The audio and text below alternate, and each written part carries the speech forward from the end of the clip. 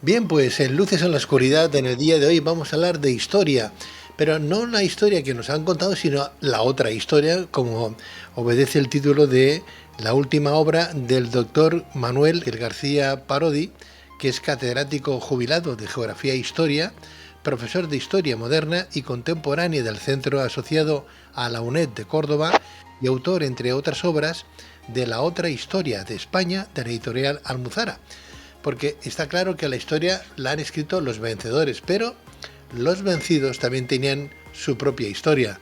Don Manuel, muy buenas noches. Hola, buenas noches. Bienvenido, don Manuel, bienvenido. Pues muchísimas gracias, muchísimas gracias. ¿eh? Y es verdad Bien. eso que dice, ¿no? Que la historia la escriben los vencedores, ¿no? Pero quienes deberíamos de escribir la historia somos los historiadores, que son los que, aparte de dominar los instrumentos que se requieren para transmitir la historia, pues al mismo tiempo también debemos de tener la suficiente habilidad y sobre todo el equilibrio para contar las cosas como fueron, no como quisiéramos que hubieran sido. Claro, que es diferente, que eso es muy diferente. Y así ha llegado la historia un poco tergiversada, ¿no, doctor? Sí, claro, efectivamente. Bueno, esto que yo acabo de decir con mejores palabras lo dijo Cervantes, ¿no? Poniendo en boca del bachiller Sansón Carrasco unos consejos, ¿no? O sea, hay unas observaciones que decía que efectivamente lo mismo que el poeta puede contar las cosas como él quisiera que hubieran ocurrido, al historiador se le obliga a tener que contar las cosas como fueron, ¿no? Y evidentemente, si esto lo hacemos, es cuando evitamos la tergiversación del pasado, porque esto es tremendamente peligroso, tergiversar el pasado, porque esto nos condiciona el presente. Ese es el valor de la historia. Por ello, yo muchas veces siento, ¿no?, como personas que realmente deberían estar tratando otros temas, ¿no?, se meten a historiadores y provocan cuanto menos confusión, cuanto menos confusión. Bueno, podemos encontrar ese tipo de personajes en todos los lugares del mundo, hasta Sí, sí, en incluso... todas partes, no estoy personalizándolo en ninguno, pero esto es algo que ocurre, que ha ocurrido, y que sigue, por desgracia ocurriendo. Mira, cuando publiqué este libro, unos días antes de escribir la introducción o el prólogo, tuve una conversación con un colega que me decía lo siguiente, dice, mira, aquí cuando alguien tiene un problema legal, va a haber un abogado. Y le pregunta al abogado lo que sea. Y luego si uno está o no está de acuerdo, ¿no?, con lo que le ha dicho el abogado, o lo sigue al pie de la letra o en cualquier caso puede buscar a otro, pero siempre a otro abogado. Si yo voy al médico y me dice que tengo tal dolencia y me parece que no ha acertado el médico, lo que hago es buscar otro parecer, pero siempre de un médico. Lo que no hago es preguntarle al vecino, ¿no?, al tendero de la esquina, que me dé su opinión. Y sin embargo, me decía este colega, en historia pues todo el mundo opina, ¿no?, sin muchas veces tener la base y los conocimientos adecuados. No estoy haciendo con ello una labor, diríamos, de decir que solamente los historiadores somos los que tenemos la capacidad de escribir y de decir la verdad, ¿no? Pero, hombre, por lo menos un historiador es una persona que tiene una formación, que tiene unos conocimientos, ¿no?, que tiene, diríamos, el dominio de cómo usar las fuentes, ¿no?, en las que se basa la verdadera historia, ¿no? Y yo pienso que muchas veces lo echo de menos, ¿no? Echo de menos. Y, insisto, no es un corporativismo. Yo ya estoy jubilado, ¿no? Yo no necesito congraciarme ya con ningún colega del pasado ni del futuro, pero sí que por lo menos cada vez que tengo ocasión de decirlo, lo indico. El historiador debe reivindicar su papel y a su vez también que la sociedad rechace aquello que no le viene suficientemente bien tratado. En fin, bueno, es Zapatero a tus una zapatos, dicen, ¿no? Zapatero a tus zapatos. zapatero a tus zapatos, ¿no? Bueno, pues Muy ahora bien, vamos a hablar de esa otra historia, don Manuel. vale. y vamos a recorrer la historia con, pues no sé, de pequeños se nos enseñaba cuántos eran y quiénes fueron los reyes godos, los visigodos, y nos teníamos que aprender un montón de nombres que luego no servían absolutamente para nada, ¿no? Para nada. Pero ¿qué papel tuvieron los visigodos en el desarrollo de la historia de España, por ejemplo, don Manuel? Efectivamente, hombre, que en España, lo mismo que en la mayor parte de los pueblos europeos, sobre todo los del Mediterráneo, la huella romana es evidente, vamos. Nada más que hay que darse un paseo por España para comprenderlo. Yo vivo en Córdoba, ¿no? En Córdoba la huella romana está por todas partes, ¿eh? Y es un elemento fundamental en nuestra cultura. Y cuando digo Roma, digo todo lo que además conlleva Roma, porque Roma es también el mundo clásico, el mundo griego, Roma es también el cristianismo, ¿verdad? ¿Y qué hacen los visigodos en todo este batiburrillo de pueblo? Pues los visigodos son unos señores que llegan a la península ibérica en el siglo XV, que van a establecer una monarquía que ocupa también parte de Francia, que en un principio no domina toda la península ibérica, pero que terminan dominándola casi al mismo tiempo que pierden sus dominios en Francia y logran la unidad peninsular, ¿no? La unidad de toda la península, algo que nunca ha ocurrido en la historia de España, ¿no? Porque hay un momento en que Portugal sí forma parte, ¿no?, de la monarquía hispánica con Felipe II, pero entonces la monarquía hispánica es otra cosa, ¿no? No es solo España, son otros pueblos más que hay en el resto de Europa y así como también dominio más allá de los mares, ¿no? Y los visigodos que van a estar aquí, van a estar los reyes visigodos, ¿no?, los que van a estar al frente de una monarquía desde mediados del siglo V hasta principios del siglo VIII, pues hacen también importantes aportaciones. Es lo que llamaríamos la huella germánica. O sea, por ejemplo, ¿no?, una de las huellas que aportan los visigodos es el concepto consuetudinario del derecho, es un modelo también de monarquía, en este caso una monarquía electiva. En fin, que los visigodos no son solamente una lista de 33 reyes godos, ¿no?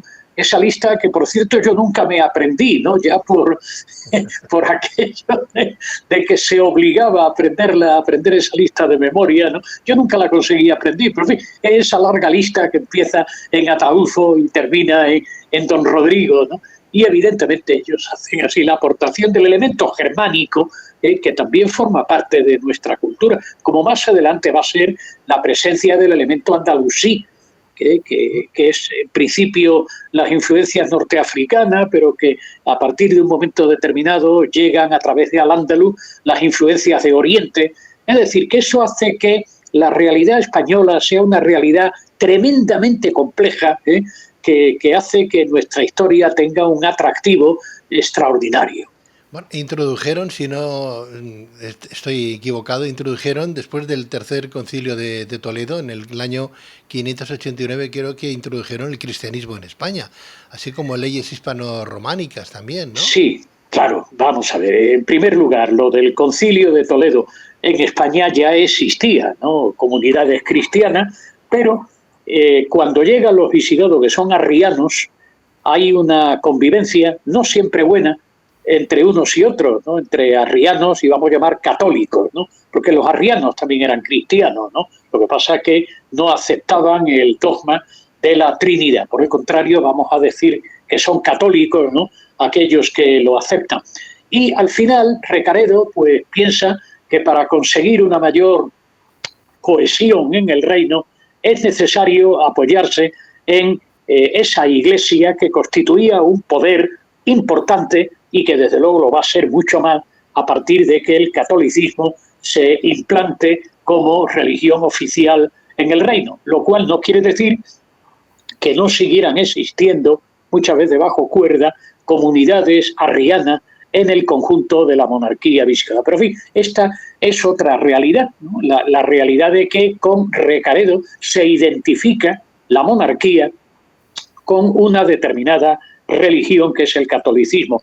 Y hombre, y luego desde el punto de vista del derecho, la aprobación del famoso fuero juzgo, las leyes aquellas de Chindas Vinto y Reces Vinto, pues hace que tengamos un corpus de leyes que se basa naturalmente en el antiguo derecho romano, pero también en las aportaciones de ese derecho consuetudinario que traen los visigodos. También al principio en la España visigoda había dos legislaciones, ¿no? La legislación, diríamos, para los arrianos, que era el llamado Código de Eurico, y la legislación para los hispanoromanos no arrianos, que era lo que se denominaba el Código de Alarico II. Pero con ese fuero juzgo se lleva a cabo la fusión legal, ¿no? Y esto, evidentemente, también es otro valor que tenemos que añadir a lo que representó la monarquía visigoda en la historia de España. Don Manuel, exactamente esta monarquía visigoda, ¿cuántos siglos duró y de qué año a qué año, más o menos? Sí, pues vamos a ver, mira, la fecha exacta en que el primer rey es Ataulfo, ¿no? Sí. Ataulfo es un visigodo que venía formando parte del ejército de Alarico I. Alarico I es el que saquea Roma en el año 410 y a raíz de ello, en lugar de quedarse en Roma, se retiran de Roma y los visigodos se van a ubicar en el sur de Francia y en el nordeste peninsular.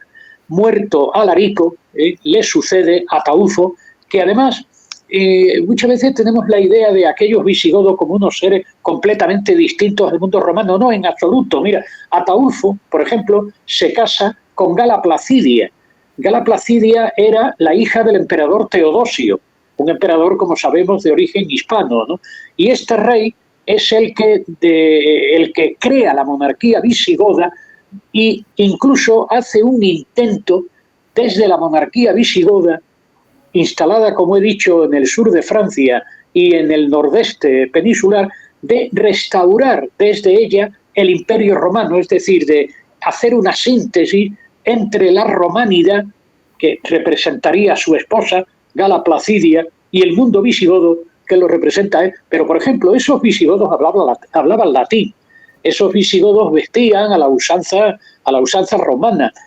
Unos años antes ha tenido lugar el enfrentamiento con Atila, ¿no? El célebre guerrero de los hunos, ¿no? Y los visigodos actuaron codo a codo con los romanos, mandados por el general Aecio, para derrotar a Atila en los campos cataláunicos, ¿no? Es decir, que no eran tan bárbaros, ¿no?, entre comillas, ¿no?, aquellos visigodos, sino que eran el pueblo probablemente más romanizado. Y aquí llegan muy romanizados.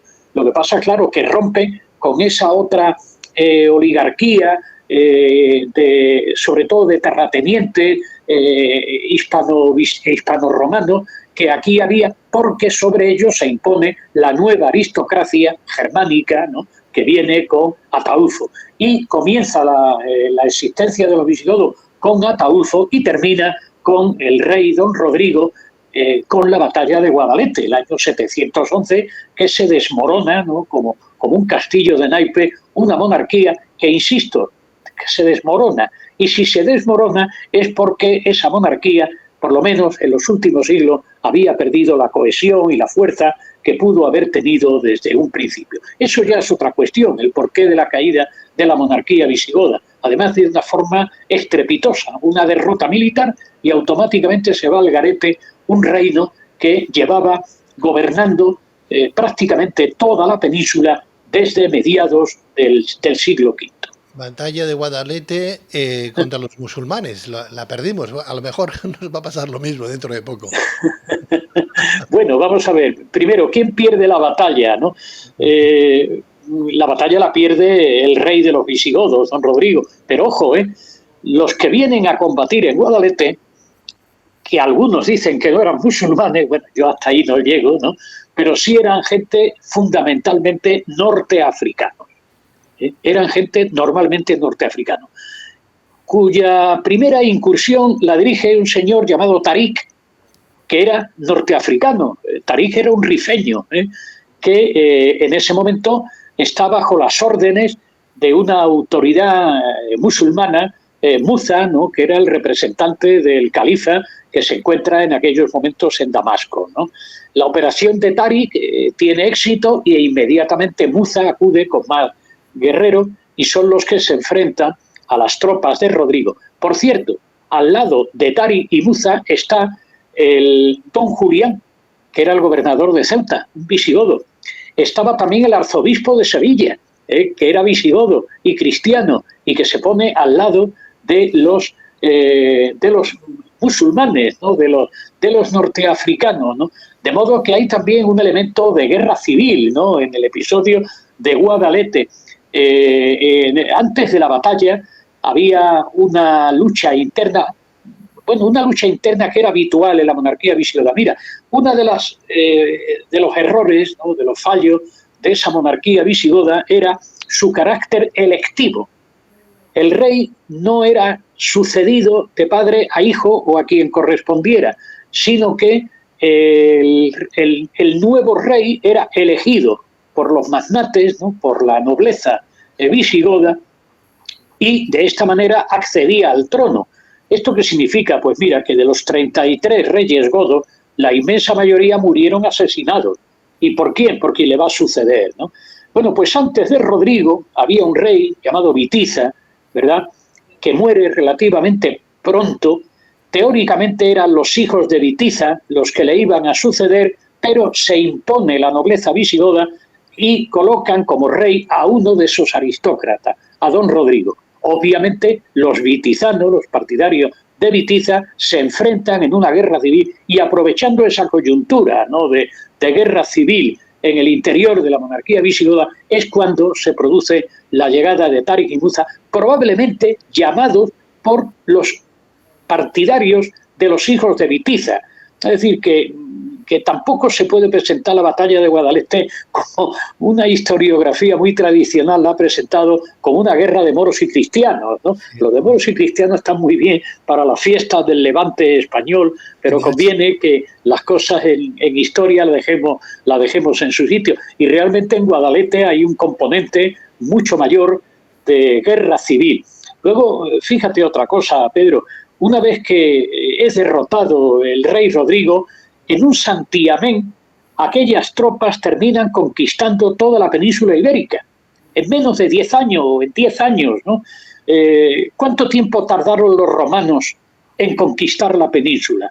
Pues mira, el primer episodio de la conquista romana es la llegada a Ampurias de Publio Cornelio Escipión. Año, si mal no recuerdo, estoy hablando siempre de memoria, año 218 a.C. ¿Cuál es el último episodio de la conquista romana de Hispania? Pues hay que situarlo en torno al año 19 a.C., cuando las guerras cántabras y astures, en tiempos del emperador Octavio Augusto. Es decir, los romanos, con esos ejércitos extraordinarios, ¿no?, con esas fuerzas que vemos en las películas, ¿no?, que parecían invencibles, tardaron 200 años en conquistar la península ibérica, cuando lo que había en la península ibérica eran unas tribus que estaban en una absoluta inferioridad de condiciones con respecto a los romanos. Pero hay una capacidad de resistencia, hay un territorio hostil, en fin, que los romanos, con todo su poderío, tardaron 200 años en conquistar la península ibérica. Y entonces, ¿cómo se explica que un grupo reducido de aproximadamente entre 15 y 20.000 invasores conquistaran un territorio de más de 500.000 de kilómetros cuadrados, ¿no?, porque conquista lo que es hoy España y también Portugal, ¿no?, y que incluso se atreven a adentrarse en el interior de Francia? ¿Cómo todo eso ocurre en un lapso de tiempo tan breve y con unas fuerzas tan reducidas? Pues mira, eso solo tiene una explicación, y es que la monarquía visigoda estaba, diríamos, hecha unos zorros. La monarquía visigoda estaba absolutamente deshecha. Mira, hay un rey visigodo del que hablo, le dedico un capítulo en el libro, el rey Bamba, que poco antes de Guadalete, que él intenta llevar a cabo un proceso de transformación de la monarquía. Por ejemplo, Bamba va a aprobar una ley militar que obligaba a los aristócratas y, en fin, sobre todo a los aristócratas, ¿no?, incluyendo también a la Iglesia, ¿no?, a que cuando el rey solicitara fuerzas militares de ellos, que acudieran de modo obligatorio. ¿Por qué? Porque el rey no tenía apenas recursos, tenía que pedir prestado, ¿no?, los soldados a unos y a otros. Bamba intenta poner en marcha esa ley militar que, de haber estado en vigor, habría impedido cualquier invasión del norte de África o a través del Mediterráneo o a través de los Pirineos. Pero esto no se aprobó. Por otro lado, también Bamba intenta cohesionar mejor a la sociedad hispano-visigoda. Le intenta quitar poder a la nobleza, le intenta quitar poder a la Iglesia. Quiere llevar buenas relaciones con la importante comunidad judía, que entre otras cosas eran los dueños de las finanzas, ¿no? Pero ¿qué ocurre? Que Bamba es víctima de una conjura, es depuesto como rey, y cuando unos años después llega un soplo del norte de África, envuelto en una guerra interna entre familias visigodas, pues la monarquía visigoda se fue al traste, ¿no? Así que solo de esta manera podemos explicar, ¿no?, el hundimiento de la monarquía visigoda. Y luego hay por ahí una teoría en la que, hombre, yo la admito en parte nada más, y es la siguiente, una teoría muy interesante.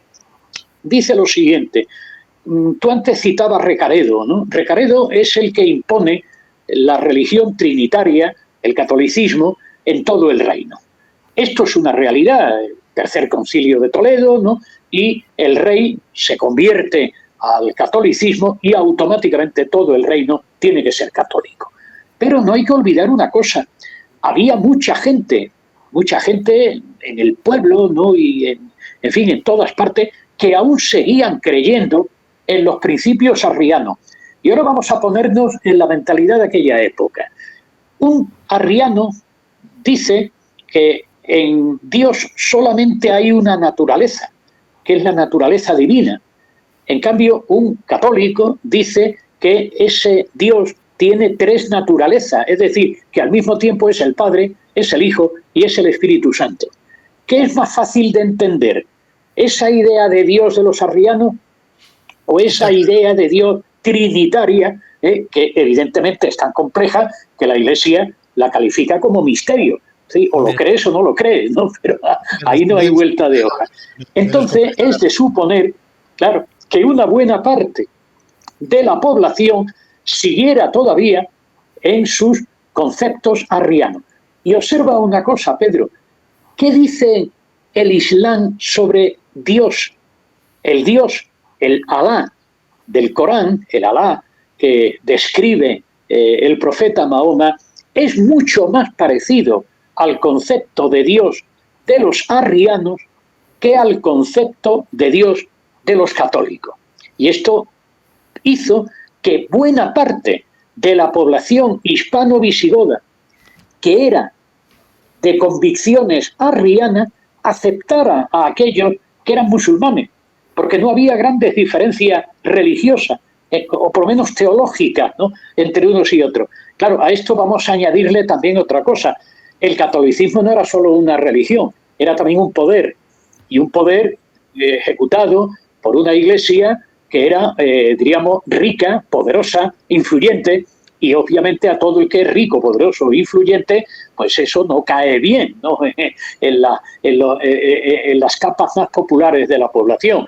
Y esto explica que también, pues, muchos de esos hispano-visigodos de a pie, ¿no?, que vive en Segovia, ¿no?, el que vive en Toledo, el que vive, pues entendiera mucho mejor todo lo que le aportan esos invasores norteafricanos, ¿verdad?, que el establishment, vamos a llamarlo así, que estaba establecido. Solo así se entiende que en un lapso de tiempo tan breve y con unas fuerzas tan reducidas, pues puedan conseguir lo que los romanos tardaron nada menos que 200 años en lograr.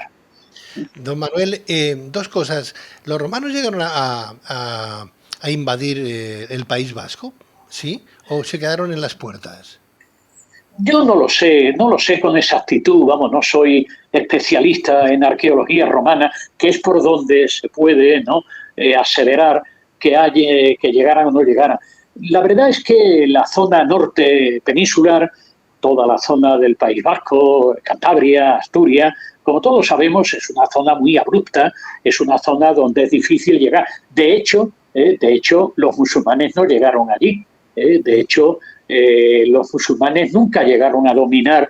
Cuando digo los musulmanes, me gusta mejor emplear la palabra al-Ándalus, ¿no?, que es quien mejor define a aquella civilización, aquel Estado, ¿no? Que desde luego, bueno, primero bajo un emirato, luego un califato, etcétera, pues nunca llegaron a pasar pues más allá del Ebro, ¿no? En la parte nororiental, y desde luego pues nunca llegaron a controlar la mayor parte de la meseta norte, es decir, que tampoco llegaron por allí.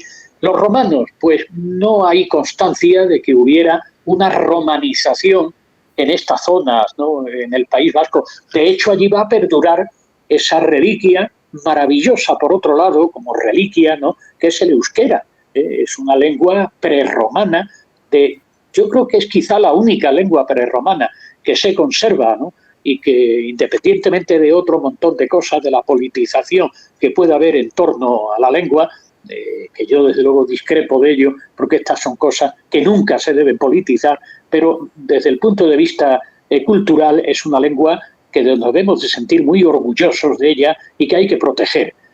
Muy orgulloso porque para mí el euskera es una lengua española, claro, como el catalán, ¿no?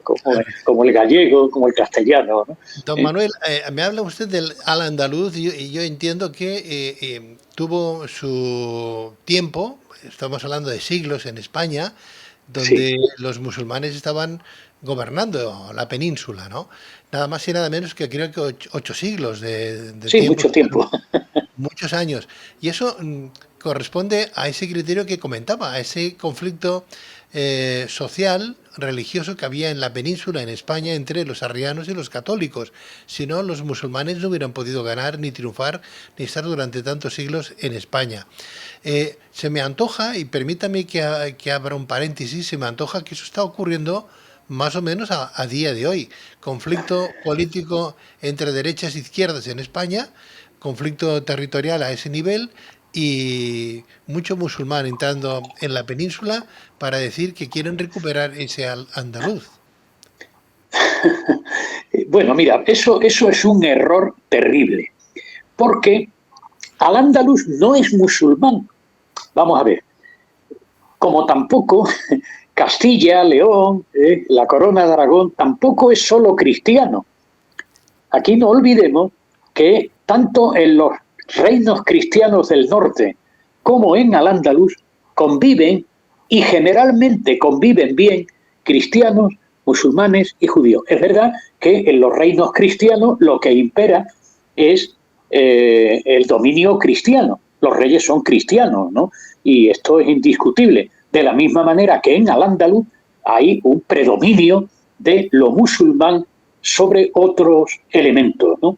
Pero lo musulmán, en lo que se refiere a lo que es al-Ándalus, es solo un elemento más. Mira, para mí al-Ándalus es una suma de muchas de las influencias que han venido aquí a esta península nuestra, ¿no? Vamos a ver, al-Ándalus tiene también unas huellas romanas, tiene huellas prerromanas, tiene elementos cristianos, etcétera. Y luego lo musulmán se va a introducir también en otras partes. Por ejemplo, mira, se me está ocurriendo una cosa, ¿no?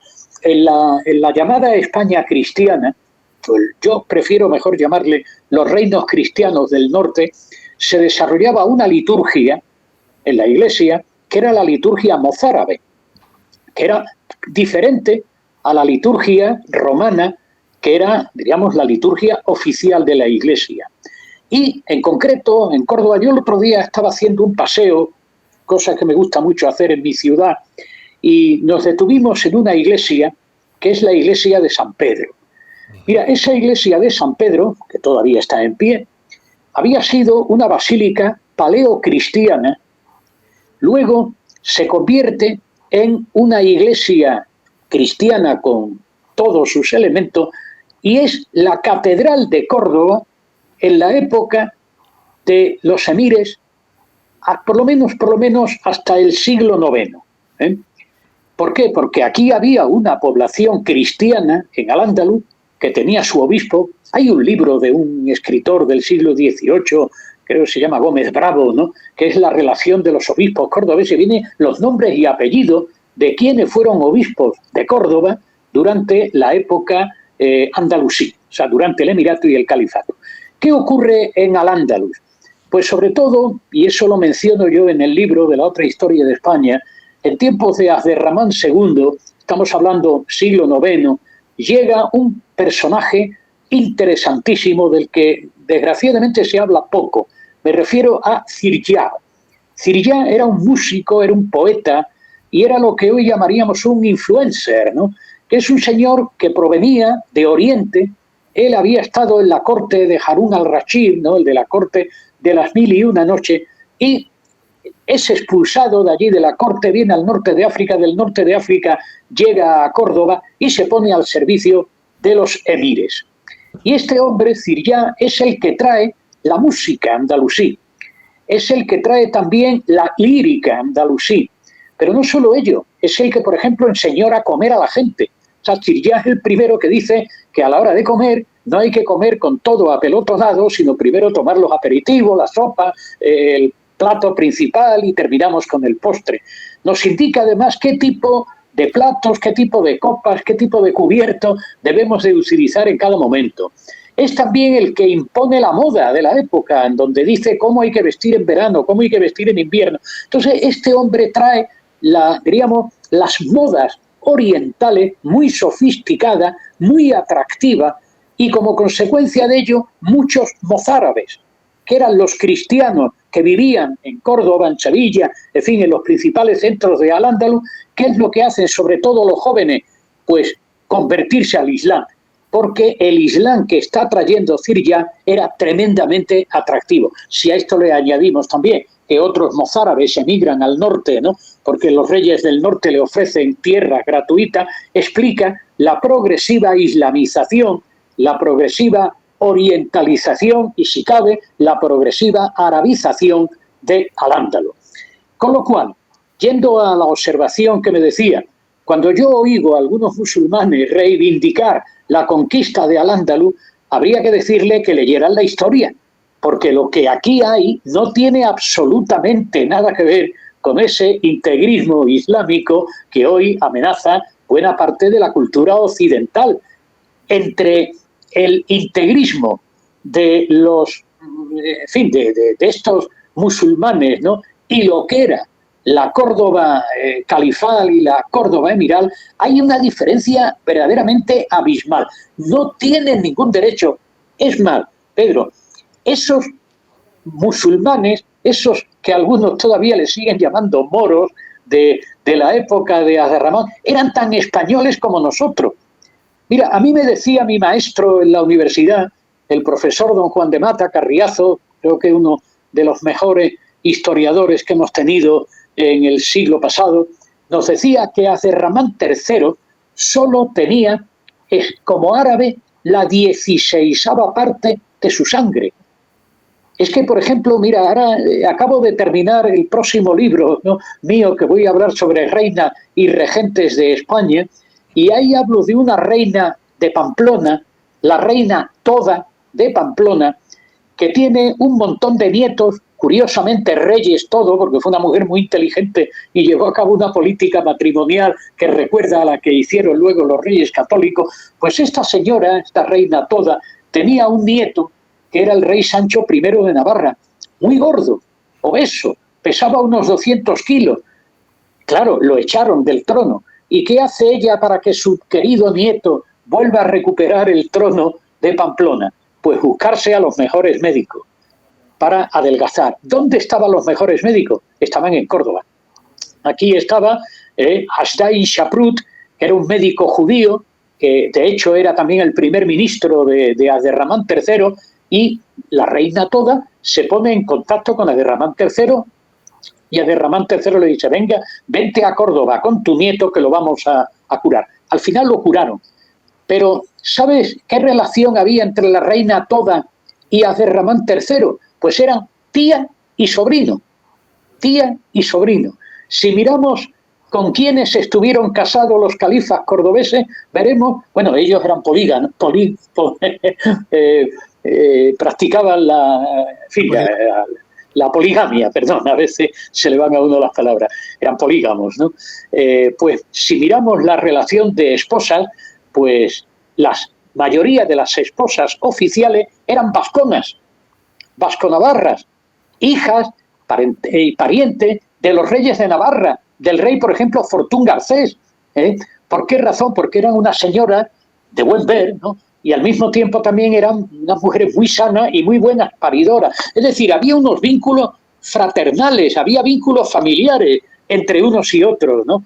Lo único que pasa, Pedro, es que la historia de España es una historia preciosa en cuanto a convivencia religiosa, pero no solo en Al-Ándalus, es que en los reinos cristianos también había una extraordinaria convivencia religiosa. ¿Y sabes cuándo esto empieza a desaparecer? Pues mira, en el mundo islámico, en Al-Ándalus, cuando vienen los almorávides y después los almohades, que eran unos integristas islámicos, integristas como los que vemos hoy por ahí repartidos, por desgracia, en muchos lugares, ¿no? Y claro, ¿qué hacen esos integristas? Que cuando llegan a Sevilla y se encuentra que en la corte del rey Al-Mutami de Sevilla había judíos, había cristianos y todo lo habido y por haber, pues ¿qué es lo que hace? Pues prenderlo, cargarlo de cadena y exiliarlo al norte de África.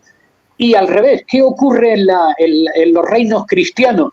Que cuando llegan los monjes de Cluny o cuando llegan caballeros franceses, sobre todo de Borgoña, Enrique de Borgoña y Raimundo de Borgoña, a la corte de Alfonso VI, a la corte de Toledo, y allí, en Toledo, se escandaliza a que al lado del rey pueda haber musulmanes, que pueda haber judíos, y que dice, no, estos hay que echarlos. Es decir, la intolerancia nos vino desde fuera, nos vino a través del Pirineo, con aquellos monjes franceses, con aquellos caballeros también franceses, o nos viene desde el norte de África con los integristas islámicos. Ya a partir de ahí empezó a entrar en crisis, ¿no?, esa admirable convivencia que hubo y que desde luego no tiene parangón en ningún otro lugar de Europa. Por ello, cuando estos integristas musulmanes reivindican, ¿no?, el recuperar Al-Ándalus, yo muchas veces digo, muy bien, que recuperen Al-Ándalus, porque si recuperan Al-Ándalus se impregnarán de ese espíritu de tolerancia, de excelente convivencia, y dejarán al lado los integrismos religiosos, que fue lo que perdieron de vista los emires y califas de Córdoba, y los reyes de Taifa también. Qué bien lo explicas, don Manuel, doctor, qué bien lo explicas la historia. Bueno, esa historia que no es la que nos han contado siempre, ¿verdad? No es la que nos han contado siempre. ¿Quién iba a decir que 15.000 musulmanes son los que, de alguna manera, fueron los que lucharon primeramente con los visigodos? Que, por cierto, la palabra visigodo, ¿qué tiene traducción? ¿Qué significaba visigodo? Pues mira, no lo sé. Era parte del pueblo godo, ¿no? Los godos se dividen en dos grupos, ¿no? Los ostrogodos, que se quedan en la zona oriental de Europa, y los visigodos, que son los que vienen por aquí, ¿no? Ahora ya desconozco las lenguas germánicas y supongo que tendrá alguna traducción, pero ahí me has pillado, Pedro. No pasa nada, doctor, no pasa nada.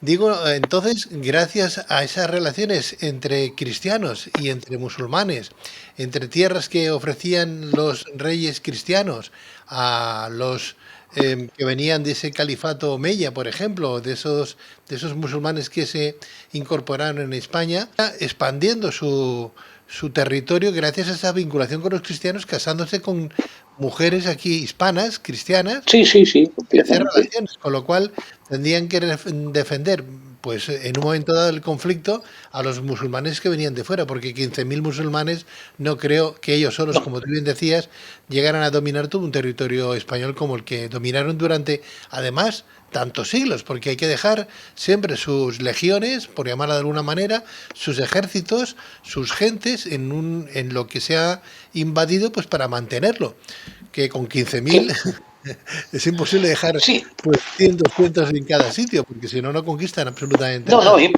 imposible, ¿no? Pero es que mira, además, hay otro episodio, ¿no? Estamos hablando de esa batalla de Guadalete y la rápida conquista. Hay otro episodio que también hay que resaltar. La mayor parte de esa conquista no se hace por vía militar. Hay episodios militares, ¿no? Por ejemplo, la toma de Mérida fue un episodio militar, la toma de Córdoba fue también un episodio militar, pero la mayor parte del avance de los norteafricanos, a mí me gusta más llamarle así, ¿no? Porque tampoco estaban plenamente islamizados, ¿eh? Hay incluso algunos profesores Estoy pensando ahora en el profesor González Ferrín, ¿no?, de la Universidad de Sevilla, que incluso hasta pone en duda que esos norteafricanos estuvieran en ese momento plenamente islamizados, ¿no? De hecho, todos sabemos que la zona esa del Rif siempre ha sido muy indómita, e incluso pues hasta el rey Hassan II creo que nunca llegó a entrar en el Rif, ¿no?, por lo complicado que era aquello. Pero bueno, lo que voy, ¿no? Esta gente, que son tan pocos, pues llegan la mayor parte de las veces a lo que se conoce como capitulaciones con las autoridades visigodas. Y hay dos casos perfectamente documentados. Uno de ellos era el del conde Teodomiro de Murcia, que llega a un acuerdo con los invasores y en ese acuerdo se pacta que Teodomiro, que ahora se va a llamar Tuzmir, cambia el nombre, pues que ese Tuzmir va a seguir siendo el gobernador de la región de Murcia, ¿verdad? Va a aceptar la existencia del Islam, lo único es que va a tener que pagar una serie de tributos, pero se le mantiene con, digamos, la autoridad, ¿no?, sobre el territorio del que antes era gobernador del rey visigodo. O sea, el gobernador del rey visigodo se convierte ahora en gobernador del emir. Y otro caso parecido es el conde Casio de Zaragoza, que va a encabezar una familia, los Bení Casi, los hijos de Casio, que van a ser los gobernadores de Zaragoza, pues prácticamente hasta que desaparece el califato de Córdoba, ¿no? Y eran también unos nobles visigodos que han llegado a un acuerdo con los invasores. Yo voy a seguir siendo el que mande en este territorio, pero en lugar de llamarme Casio, el conde Casio, ahora voy a ser el Casi o el Beni, hijo de Casio, ¿no? Hay otro detalle también curioso. Cuando en la batalla de Guadalete muere, o por lo menos desaparece Rodrigo, la viuda del rey Rodrigo, que si mal no recuerdo se llamaba Egilona, se casa con Abdelaziz, el hijo de Muza. Es decir, la esposa del rey derrotado se casa con el heredero de Muza al frente del Emirato andalusí.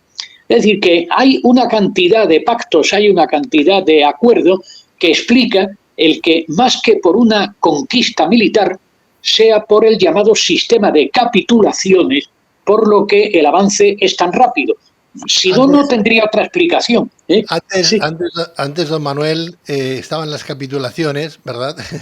A día de hoy, como diría este político que ya se fue, ¿no?, que decía que volveremos a conquistar Hispania, ¿no?, con el vientre de nuestras mujeres, ¿no? Más o menos sería una capitulación también, ¿no? Los Reyes Católicos tuvieron mucho, ya para finalizar aquí este encuentro de hoy, ¿no?, tuvieron mucho que ver, y además los caballeros del Temple, todos esos caballeros como los teutónicos, los germanos, que llegaron también a la península para impedir algo que ya se había constituido, porque claro, si se habían casado las hijas o las esposas de los reyes cristianos con descendientes de los musulmanes, pues no sé, los Reyes Católicos aquí tuvieron que tener un frente difícil de resolver, porque estamos hablando del año 1000, cuando empezaron las cruzadas. Sí, pero bueno, aquí mira, esas órdenes militares, ¿no?, vienen fundamentalmente cuando ya hay una guerra.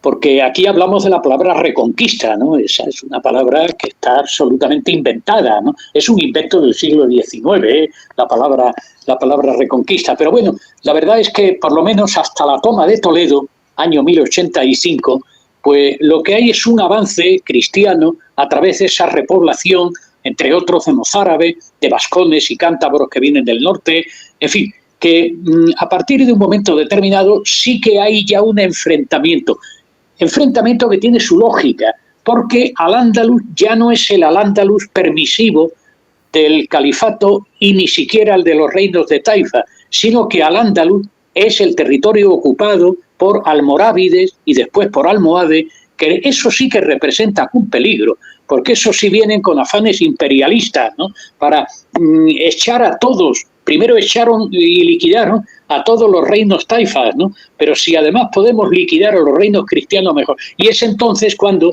empieza a haber un espíritu de cruzada que culmina en la famosa batalla de las Navas de Tolosa, en donde hay una participación internacional y donde están presentes, como es natural también, las órdenes militares, pero no tanto las órdenes teutónicos en la Europa oriental o los templarios, ¿no? En Palestina, pero sí son las órdenes españolas, ¿no? La de Calatrava, Alcántara, Santiago o la de Montesa en la corona de Aragón. Y ahí sí ya hay un espíritu de cruzada, pero yo también pienso que muchas veces bajo ese término cruzada lo que se exponen son intereses primero de supervivencia.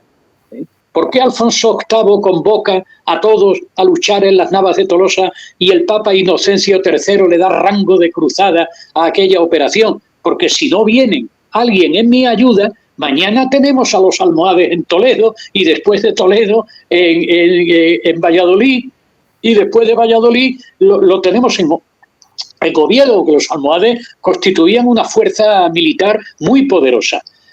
Pero es más bien una cuestión de supervivencia del propio reino. Y luego ya una vez que desaparece el peligro de los almohades, pues sigue habiendo una guerra, pero ya es una guerra de expansión territorial. ¿Qué hace Fernando III en Castilla, Alfonso IX en León o Jaime I en la corona de Aragón? Lo que hacen es expandir sus territorios sobre el hueco que han dejado los almohades. Y ahí sí que se puede hablar ya de una conquista sistemática. En la conquista del Valle del Guadalquivir hay ejércitos perfectamente armados, hay un sistema de ocupación de las ciudades, hay un reparto de territorio, no digamos ya lo que hace Jaime I en Valencia y en Baleares, ¿no? Pero en fin, aunque siempre se le pone, la palabra cruzada, ¿no? Porque lo de cruzada suena bien, ¿no? Ahí hay un componente místico religioso, cuando realmente lo de místico y religioso podía existir, evidentemente, pero en mi opinión prevalecía más los intereses de expansión territorial, primero de supervivencia y luego de expansión territorial de aquellos reinos. O sea que hay muchas maneras de contar la historia medieval de España. Pues don Manuel Ángel García Parodi, catedrático jubilado de Geografía e Historia, profesor de Historia Moderna y Contemporánea del Centro asociado a la UNED de Córdoba y autor, entre otras obras, de La otra historia de España, de la editorial Almuzara. Mil gracias, doctor.